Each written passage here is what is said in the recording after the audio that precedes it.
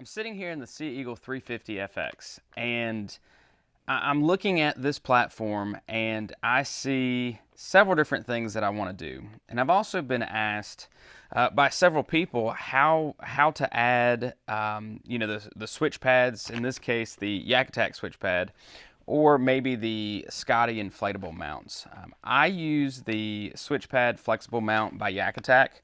I've used that on my paddle ski, and I will be going through the process of showing you how to add it to the 350 FX. It's the same type of material, and it's the same process.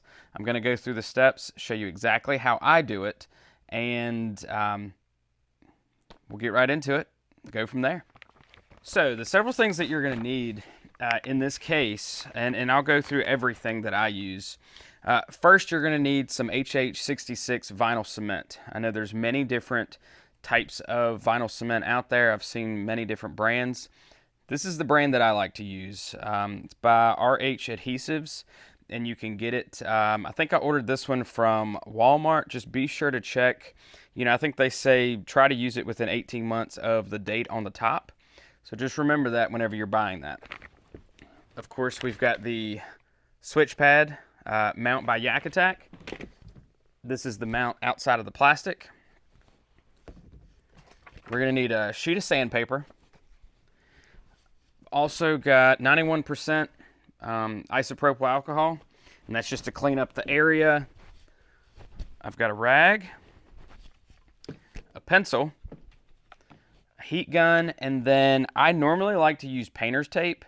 I don't have painter's tape today, so I'm going to use a different kind of tape, but feel free to use whatever's easier for you. Painter's tape's going to be the best, but as I said, in my case, I don't have any painter's tape today. So let's go to our surface, prep it, and then I'll show you the rest of the process. So we are now looking at the area that we're going to be putting the switch pads at. Be sure when you do inflate your Sea Eagle, you're not putting these switch pads in an area where it's going to be folded. So right here, it's a little far forward from where my seat is, but I know already that these are where my foot pegs go. And normally, you're not going to fold it right here because of this rigid piece of plastic or vinyl that's there. But that's where I want my switch pad to go, because I'm going to use this for either a paddle holder, a rod holder. I want it a little further away from where I'm at. So what I'm going to do here is I will prep the surface. I'm just going to clean it up using this alcohol. I've already done it once, but I will do it again just to make sure it's clean. Be sure to fully inflate whichever model that you're wanting to put this on, because of course if you underinflate it and then you go to inflate it back up, it's probably going to pull the vinyl cement after you're done. So what we're going to do here, I'm going to place it where I want it to be at, and I'm probably going to center it in between this foot peg area, and I'm going to make sure that it's sitting on top, directly on top of the pontoon here. Alright, now that I have it where I want it, I'm going to take my pencil, and you don't need to push down hard. All I'm going to do here is just mark an outline all the way around it. And this graphite, in the pencil, it's gonna show up without any issues. So just take your time with it. There's no rush, and no rush in needing to get this completed. I will say, after you're done with this entire process, you're going to need to let this sit for at least 24 hours. I normally try to do this. I'm inside doing this, but I try to do this when I know I'm not going to use my kayak or boat for a while. Or at least a few days. All right. Now, we have a really good outline, and it shows up. You can probably even see it there on camera. Maybe not. It's too much glare on it. But what you're going to do is you're going to have that full outline. Now, what the tape is used for is so that, you know, you can take pieces and mark around the very outside of it. Like I said, normally painter's tape is the best tape to use.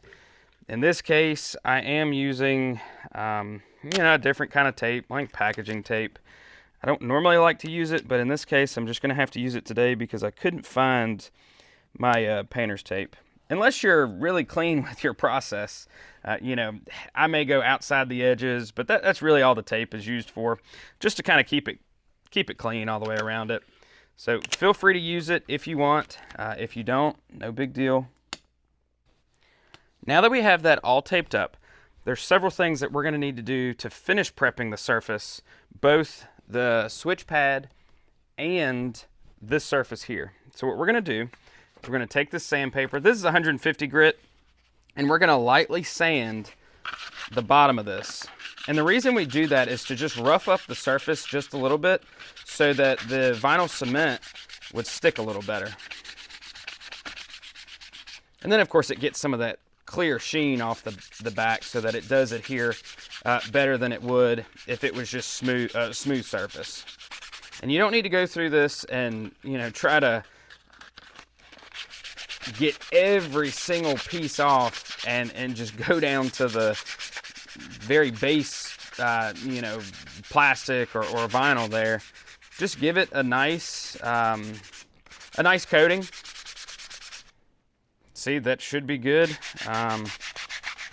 Get those letters. All right, so we're good. But in this case, we're also going to, I'm going to put a little bit of alcohol on that so that I can clean it off. And be sure that whenever you do this, after you clean it, you let it dry a little bit, because you don't want any of this, you know, still being wet or having anything else on it that may prevent the vinyl cement from actually adhering like it should. Normally I just wipe this off. This time I used alcohol, but you know, normally it's fine to just let it dry off by itself. Okay, there we have it. I'm going to set that off to the side, and then what I'm going to do here is just lightly do this. You're not pressing in, but so much.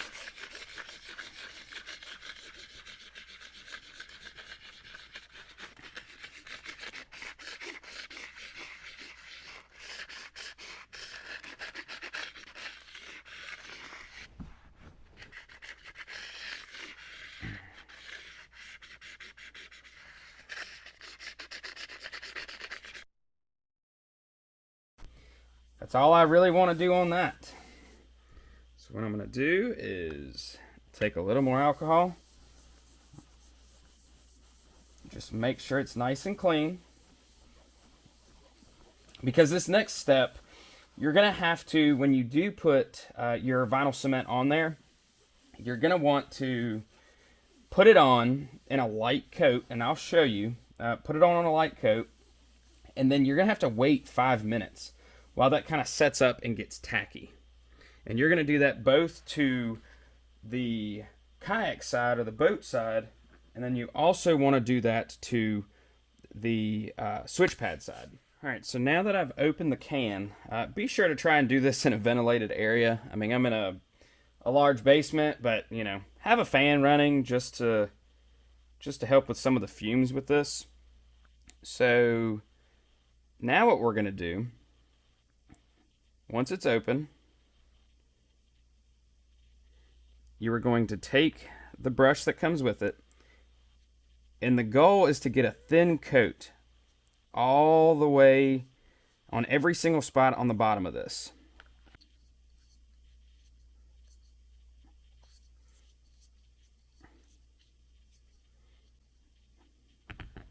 And like I said before, there's no ginormous rush to get this on here.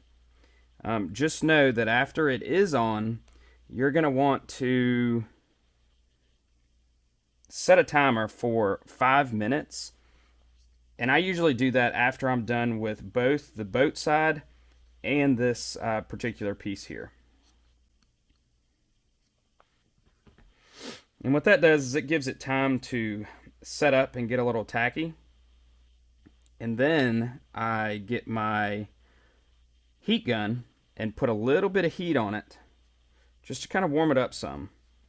It makes the vinyl here, the plastic here, pliable, and then it warms up the vinyl cement just a little bit. All right, I'm just going to set that off to the side, and then what I'm going to do is I'm going to come over here and start working on the boat side. And be sure to try and have an even coat all over the entire surface. Alright, so now that I'm sure that I have an even coat on all of that, I'm going to start a timer for 5 minutes, and then we'll be back. So our 5-minute timer is up now. So I'm going to come back and get the SwitchPad.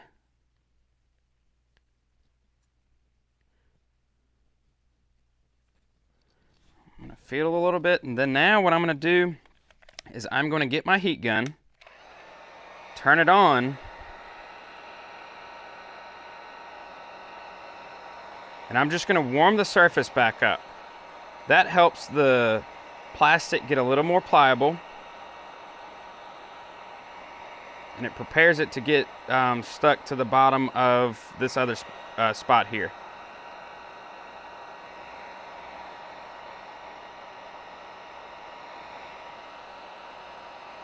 And you don't need to do this too long. You can kind of feel the area and see if it's getting tacky.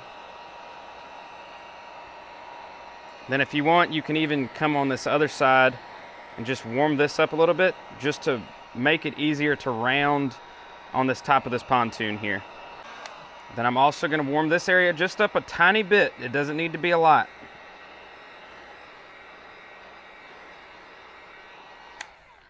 Now I'll turn that off, and then I'll look at where my marks are or where my tape is. And then what I'm going to do is I'm going to place it.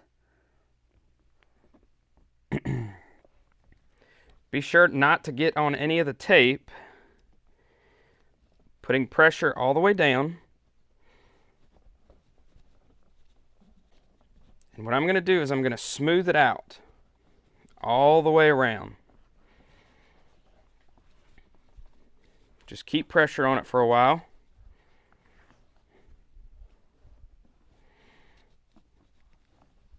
That way we know we've kind of got all of our bases covered here. And you know, with the heat gun, it does make it easier. If you don't have a heat gun, use a hair dryer. That gets this plastic a little more pliable, and that's a key here. At least, you know, when I've done this on my other, the paddle ski, the 437, that was the first inflatable that I had ever done this on, and it worked out extremely well. But I just want to rub this all the way around, just to make sure, like I said, we're not in a rush here. All right. So now that that's done, you can work on, you know, maybe the other side if you want to put one on both sides. I'm going to do that in this case. I'm not going to go through that process, you know, on camera. I'll go ahead and do that one separate. But it's going to be the same exact process. Now, from here, all we're going to do, like I said, it's easier to use painter's tape because this tape doesn't necessarily want to come off as easy. But anyway, I'm going to take all of this tape off all the way around here, and be sure not to deflate or do anything to this for at least 24 hours. Me personally, I would wait even longer just to be sure that it adhered really well and that it's not going anywhere. So that's the entire process. You know, from here, you've got a blank canvas to pretty much do anything. If you see here the difference between, here, I'll take this one out of the plastic. The difference between these two is, this is how it comes from YakAttack. If you do get the SwitchPad mount, it does come with this gear track already on here. And I took it off of this one just because I probably used it on something else, but I'll put that one back. And that allows you to add, you know, rod holders, drink holders, Pretty much any YakAttack rail accessory can be added to stand-up paddleboard and any type of inflatable with this material. So I hope you enjoyed it. Hopefully that it taught you, how to do it on your own Sea Eagle product, or maybe any other inflatable. If you have any questions or comments, leave them down in the comment section, and I will link the majority of what I used here to see if you want to use similar products. Thank you for watching, and go out and have a good time on your inflatable.